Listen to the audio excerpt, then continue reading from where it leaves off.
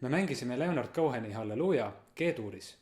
Originaalis on see lugu C-tuuris ja Jeff Buckley seade sellest on ka C-tuuris. Nii et kui sa tahad originaali või Jeff Buckleyga kaasa mängida, siis pane kapo 5. vahesse.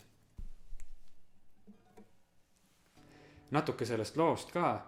See lugu on armastatud tänavamuusikute ja kerjuste poolt üle terve maailma. Ja olen kindel, et just see lugu aitab sul kitarri mängimisega hakata kopikaid kõige kiiremini teenima. Sest lõpuks kõige tähtsam põhjus, miks muusikat teha, on raha teenimine. Selles loos on ühendatud kõik, mis seni õppinud oleme. G-tuuri akordid, sõrmitsemine ja strummimine. Hakkan algusest peale näitama, kuidas lugu käib. Esimene osa on intro ja see on sõrmitsemistehnikaga. Parem käsi mängib seal 6. keelt, I-sõrm 4., M 3., A-sõrm 2. keelt. Ja rütmifaktuur on selline.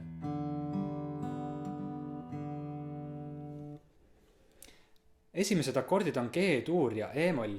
Kuna me kõiki keeli ei mängi, ei ole vaja kõiki keeli all hoida. G-tuuri puhul piisab ainult 6. keele 3. vähest. Ja E-molli ajal 4. keele 2. vähest.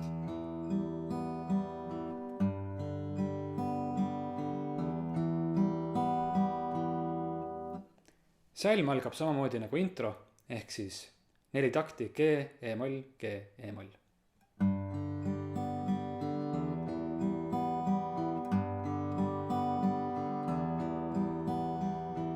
Ja vasakus käes kasuta G võtmiseks 3. sõrme ja E-molli võtmiseks 2. sõrme. Siis on hiljem lihtne edasi minna. Salmi järgmised 4 takti on C, D, G ja D. Kui sa sellesse C-sse lähed, siis enne sul oli E-moll peal, nii et teine sõrm saab paigale jääda. Ja siis siia tulevad juurde C-tuuri sõrmed. Ja parem käsi mängib 5. keel, 4., 3., 2. Nüüd kui me lähme D-tuuri, siis parema käe sõrmed liiguvad ka kõik põranda poole. Ehk siis pöidlal on 4. keel, I-sõrmel 3. ja nii edasi. Ja vasakus käes on D-tuuri noodid.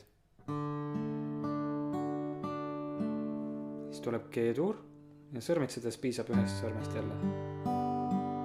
Ja uuesti D-tuur. Ja ära akordide vahetusel oma sõrmi kaugele ära tõmba.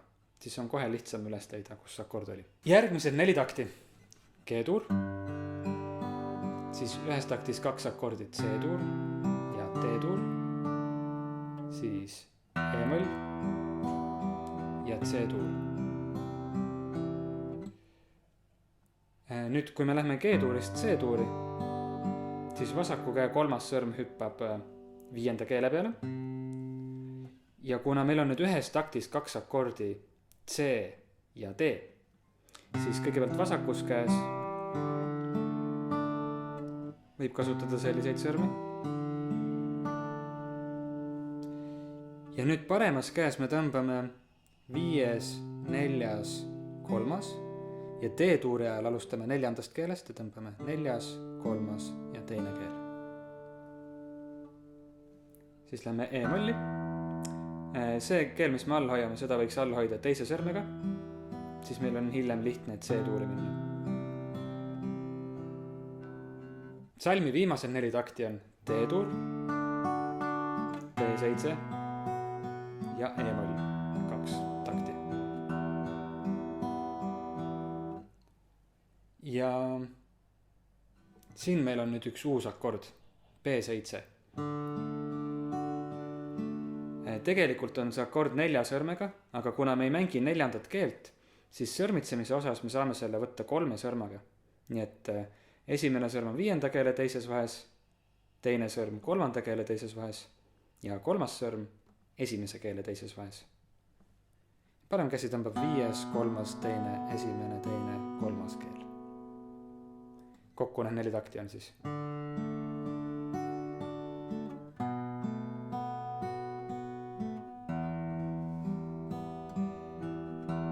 Ja nüüd me joome refrääni. Jälle me lähme E-mollist C-tuuri, ehk siis teine sõrm paigale ja refrääni esimene akord on C-tuur. ja seda on 2 takti. Siis E-moll, need laseme 3. ja 1. sõrme lahti. Uuesti 2 takti C-tuuri. Ja lõpus G-tuur, mis liigub D-tuuri. See vahetus on natuke keerulisem, kuna kõik sõrmed liiguvad. Aga üks soovitus, mis mul on see, et kui sa mängid G-tuuri, et siis hoia need esimene ja teine sõrm siin lähedal juba valmis D-tuuri jaoks. Mida vähem su vasak käsi liigub, seda kergem on.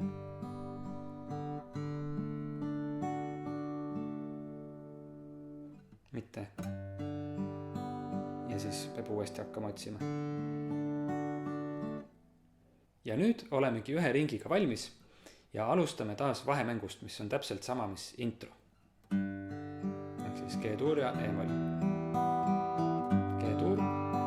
Ja nüüd E-molli jätame 4. kaheksandikul seisma, et me jõuaksime valmistuda strummimiseks. Ehk siis viimased 2 vahemängu takti on sellised.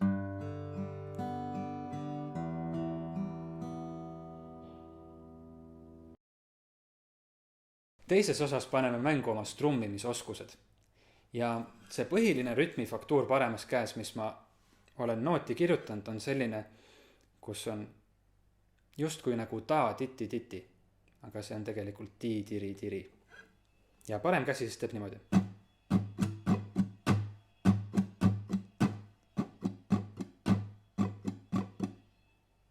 Ja pane tähele, et siin kindlasti pole vaja kõiki keeli tõmmata parema käega niimoodi. Piisab väga õrnast mõne keele tõmbamisest. Mul on küll G-tuuri akord peal, mängin 6 keelt, aga ma mängin niimoodi.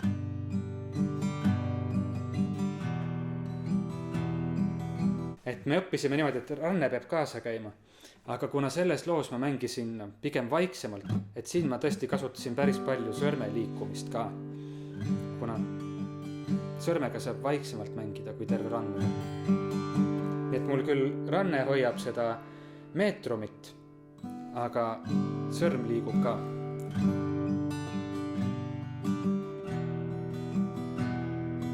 Ja teine asi rütmi mängimisel on see, et see pole väga tähtis, et sa täpselt sellest rütmifiguurist kinni hoiaksid. Sa võid vabalt mängida.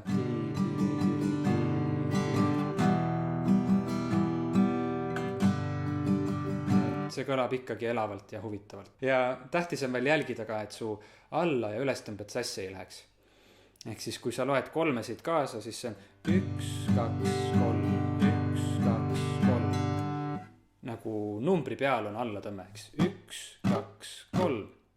2 ja 3 on lisaks ülestõmbed ka 1, 2, 3, 1, 2 ja 3. Niimoodi. Kas said aru? Jaa. Vasakus käes on meil kahjuks vaja võtta suured akordid. Et kuna me nüüd tõmbame kõiki keeli, siis tõesti me peame vasakus käes kõiki sõrme kasutama, mis akordis on. Ja alguses on G-tuur ja E-moll. Ja siin jälgi seda, et su esimene sõrm jääb paigale, kui sa akorde vahetad. G-tuur ja E-moll.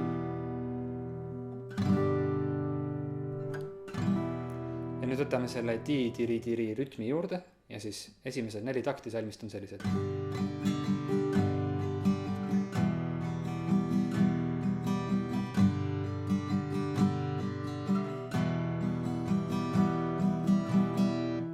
Edasi liigume C-tuuri, teine sõrm jääb paigale.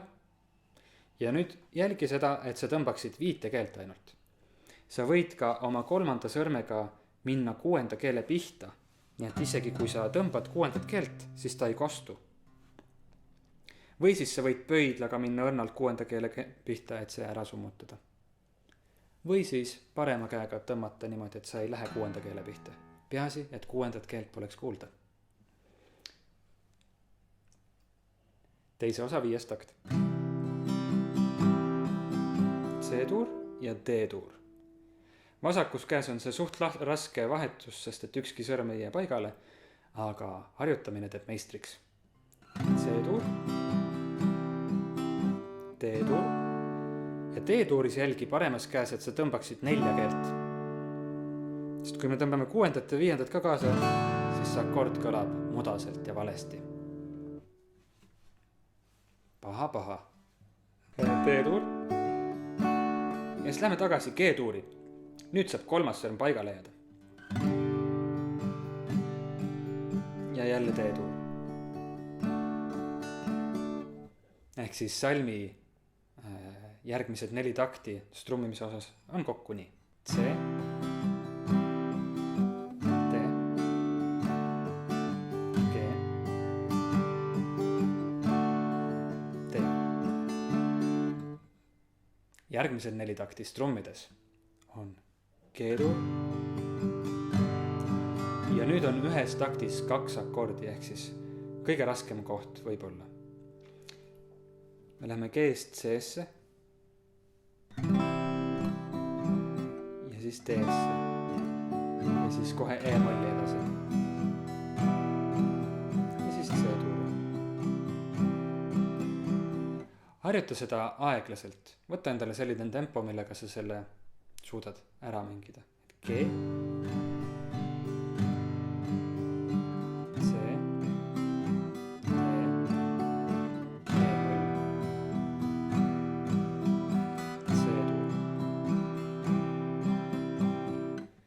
see on just see koht, kus on vaja eraldi harjutada C ja D vahetust.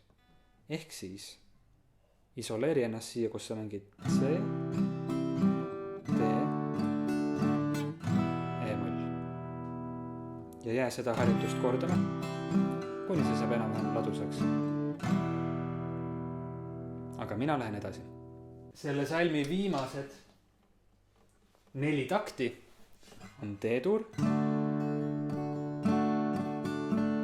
Ja nüüd tuleb B7 ja see on 4 sõrmega akord. Nii et siin on tähtis õige sõrmestus meelde jätta. Teine sõrm on 5. keele teises vahes, 3. sõrm on 3. keele teises vahes, 4. esimese keele teises vahes. Ja nüüd meil jääb esimene sõrm vabaks, et minna 4. keele esimesse vahesse. Ja see on üks sellistest akordidest, mis tundub raske, aga tegelikult ei ole seda. Harjuta ja sa saad sinna. Ja see on ka üks neist akordidest, mis on Nothing Else Matters'is, nii et see tuleb selgeks õppida. B7. Ja E-moll. Ja refräänis on C, lihtne vahetus, jäta meelde, et teine sõrm jääb paigale. Ja seda on 2 takti. Ehk siis 1, 2, E-moll, 2, see 1, 2.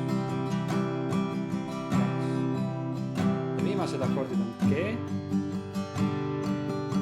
D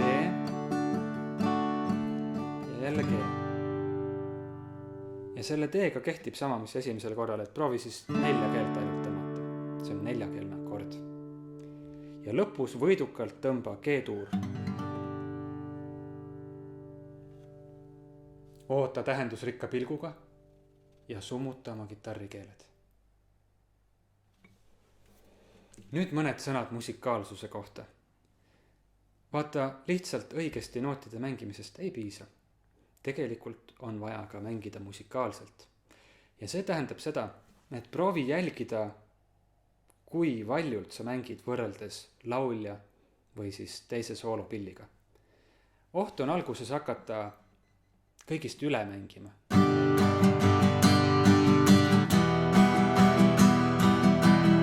Aga tegelikult see on nagu soola ja pipra doseerimine. Et sa pead jälgima seda, et see, kui valjult sa mängid, komplementeeriks laulja või soolopilli mängimist. Ja see on ülioluline osa muusikast. Võib-olla üks olulisemaid. See kõik kokku peab hästi kõlama, mitte ainult sinu osa. Kui sulle meeldis see video, siis jälgi seda kanalit ja pane niipidi pöial palun. Sest kui sa paned niipidi pöidla, see ausalt läheb mulle hinge ja ma nutan mitu päeva. Kui teid huvitab see, mis me Paulaga teeme, siis vaadake kindlasti meie kanalit ja jälgige meid Facebookis ja YouTube'is @kitarriduo Taavi ja Paula. Vot, nüüd me oleme vist lõpetanud. Tšau, kohtume järgmisel nädalal. Meeldivat pandeemia aega teile.